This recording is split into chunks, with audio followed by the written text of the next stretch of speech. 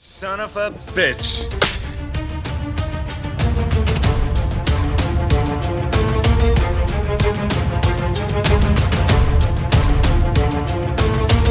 Groovy.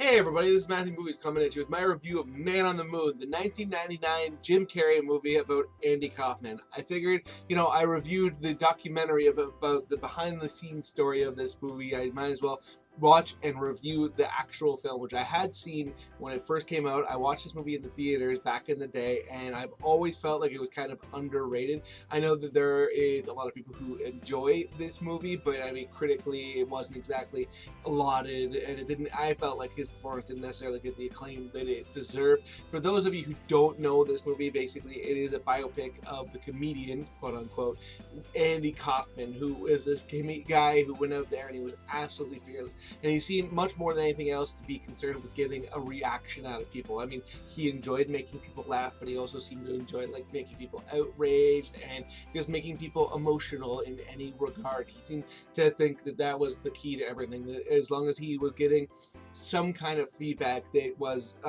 not stunned silence would have worked for him. I mean, as long as there seemed to be some kind of emotional reaction beyond the norm, he was extremely happy with that. And this movie does star Jim Carrey as Andy Kaufman, and I think he is just absolutely incredible in it.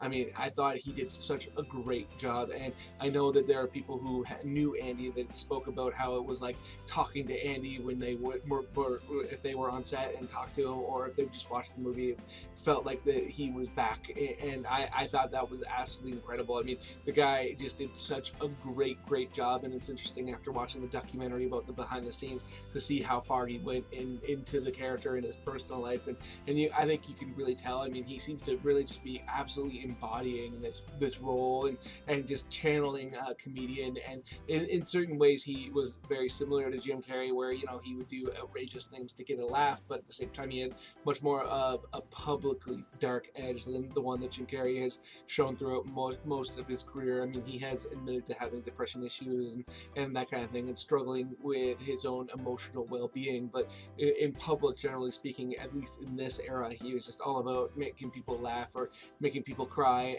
and so to see him really dive into a guy who was known for a lot more darkness than him, I thought was extremely interesting, and I thought he just did absolutely phenomenal.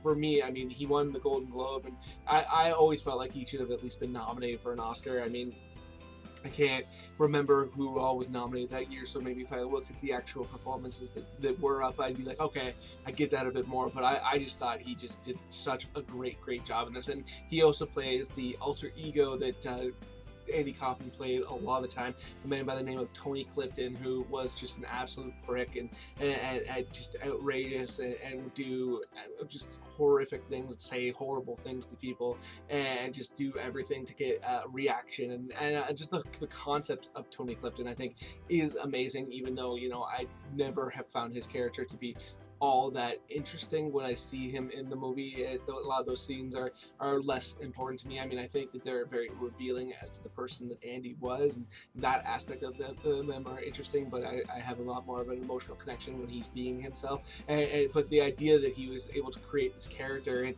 it wasn't always him who played him, where you'd have his writing partner occasionally play the character, and the idea that he would just be book Tony Clifton in all these shows around the world, and people would expect Andy to show up, and a lot of time that wouldn't be the case. I mean, it's something that is just pretty insane that he was able to do as an entertainer, and you do understand as the film progresses that like all of his antics did absolutely hurt his career, and it is understandable because if you're an audience member, you're showing up and you think you're going to see Andy, and it's just this jerk Tony who's insulting everybody. I can understand why you may not enjoy the show as much as you thought you would. And according Courtney Love plays his love interest in this film, and it is based on a real person. And for me, this is the best performance in her acting career. I mean, she was pretty great in The People vs. Larry Flint as well, but this one seemed like much more of a departure from the person she appears to be in real life. I mean, she seems to be like, you know, much more of a sweetheart in this, and yes, she is very much goes along with a lot of Andy's schemes, but she's a very lovable character in this, and I thought she did a great job. And one of the moments in this movie that is absolutely the most powerful is when she reacts to something that Andy tells her late in the movie, and all the other people are disbelieve him because of his antics over the years, but she immediately knows that he's being honest. I mean, to me, it's one of the great moments of this movie because it speaks to the connection between the two of them, and just the love. And I thought that was great. And Danny DeVito is in this movie as his agent, which I thought was fascinating, considering that Danny DeVito in real life co-starred with Andy Kaufman on the show Taxi, and I can only imagine the trip it would have been for him spending all that time on set with Jim Carrey as Andy, a guy that he kind of knew. And I say kind of knew because I feel like a lot of time people had no idea who Andy Kaufman was really at his core. It was just who he was presenting at that time, but at the same time he did spend a lot of time with this person, so I can only imagine the interesting experience it would have been for him to be on set with somebody who was channeling him like that. And I think Danny DeVito does a great job in this movie. He absolutely plays one of the more relatable characters in this film because, you know, he seems to be very much interested in doing what's best for Andy, and it seems to be more than you would see relationship wise between most actors or comedians and their agent. I mean, there seems to be more of an emotional bond between the two of them, and that makes perfect sense because of the things that Andy would do. I mean, and maybe Danny DeVito's character feeling like he's on the inside and he understands him better than most, but I mean, that's debatable. But I thought he absolutely played the character to perfection. Excuse me. And then you have Paul Giamatti, who plays Bob Zamuda, his writing partner and his partner in crime, and it was very interesting to see how they were pushing one another forward. And I don't know how realistic that whole thing is, but it seems pretty true to life based on the interviews and that I've seen and the stuff that they touched upon in the documentary, and to see, you know, the relationship they had where Andy had basically his public life. It really felt like, you know, he was the maestro behind all the things that he did, all the craziness. But in reality, it appears like, you know, he did absolutely have somebody who was not only just kind of pushing him, but also masterminding a great deal of this as well as he did.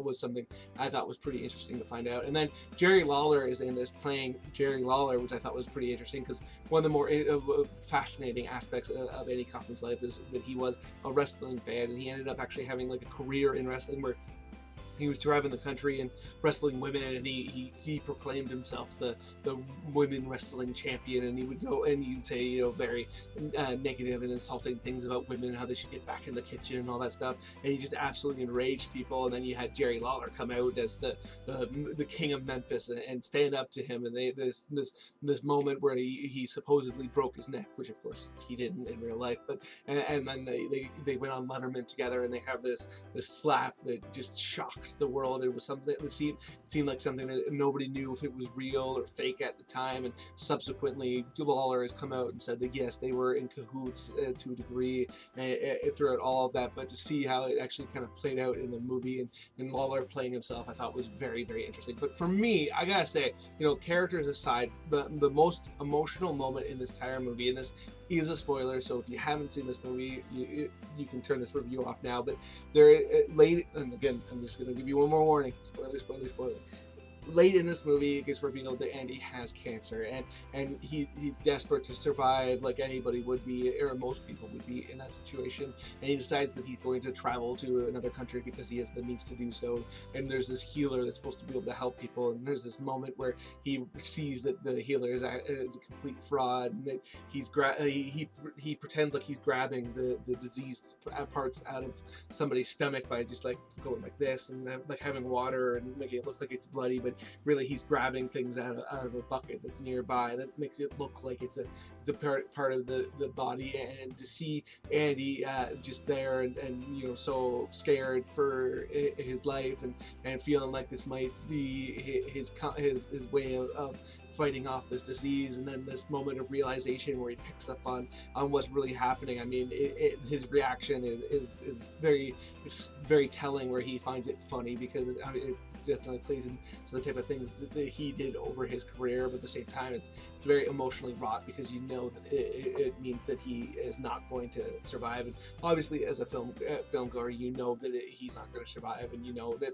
that kind of thing is the healers is a bunch of hogwash. But at the same time, to see him realize that this is going to be his doom, it's a very hard scene to watch, but very effective. I think this movie is very, very well done.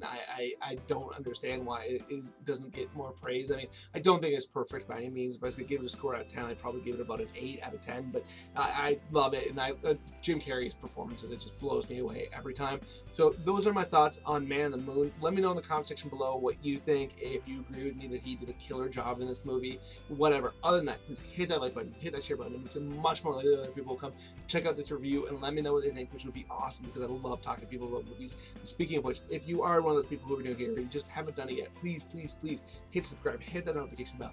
That way you can find out when I put out a new review, and you can come check it out, give me some feedback. Aside from all that though, have yourself a good day.